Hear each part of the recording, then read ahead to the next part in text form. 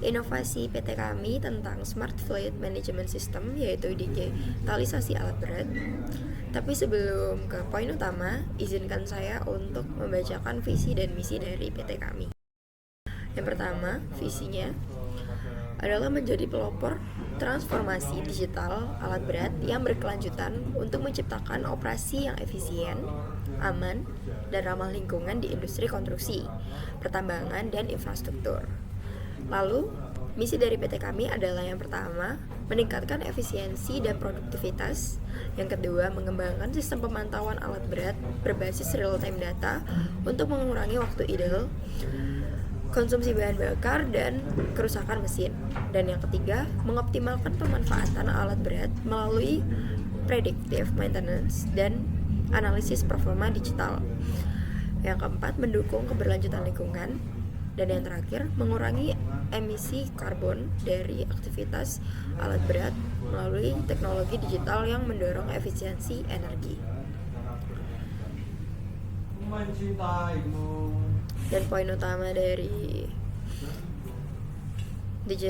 digitalisasi alat berat ada 9 elemen. Kita akan mulai dari key partners ya.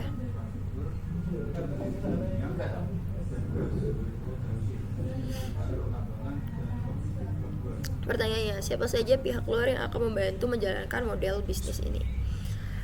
Tentunya produsen alat berat, vendor, dan penyedia jaringan seluler.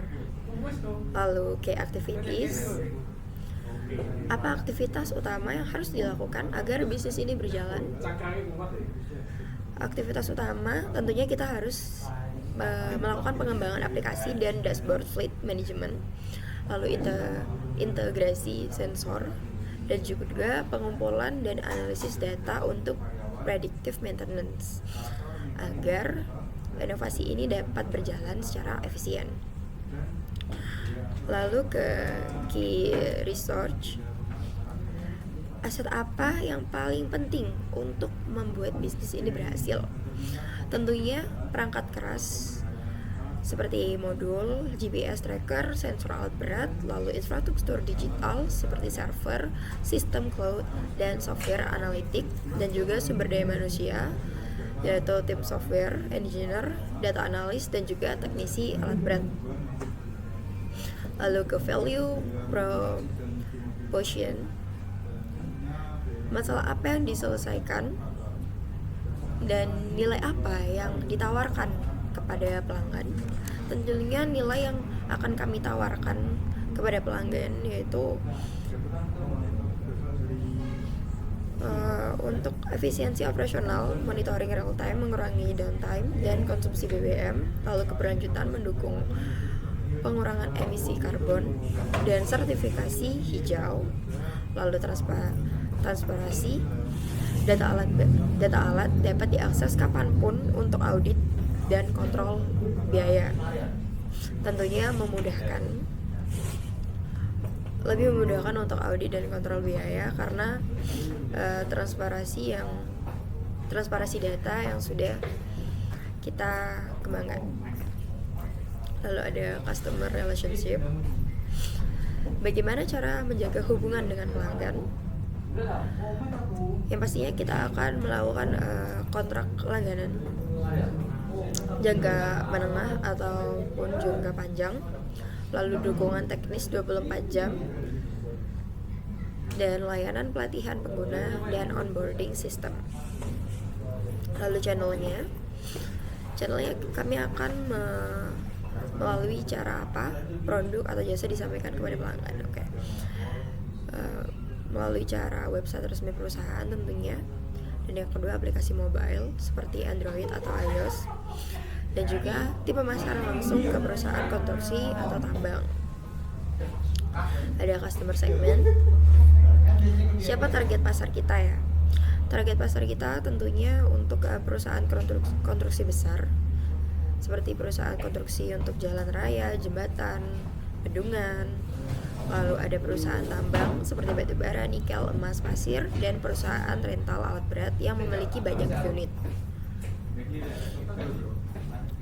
Lalu ke cost struktur. Biaya apa saja yang paling penting untuk menjalankan bisnis ini? Tentunya untuk pengembangan perangkat lunak dan sistem, dan juga pengadaan modul GPS dan juga sensor alat. Kemudian yang terakhir biaya server dan cloud computing tahunan. Dan revenue streams, bagaimana bisnis ini bisa menghasilkan uang? Tentunya bisnis ini bisa menghasilkan uang melalui biaya langganan dan juga penjualan perangkat. Dan yang terakhir biaya instalasi dan integritas awal.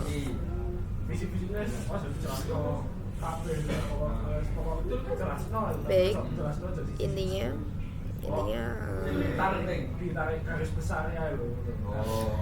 dari inovasi ini PT kami menekankan bahwa mendukung investasi alat berat agar lebih efisien dan juga lebih transparan. Begitu. Baik, saya akhiri. Wabillahi taufiq wal hidayah. Wassalamualaikum warahmatullahi wabarakatuh.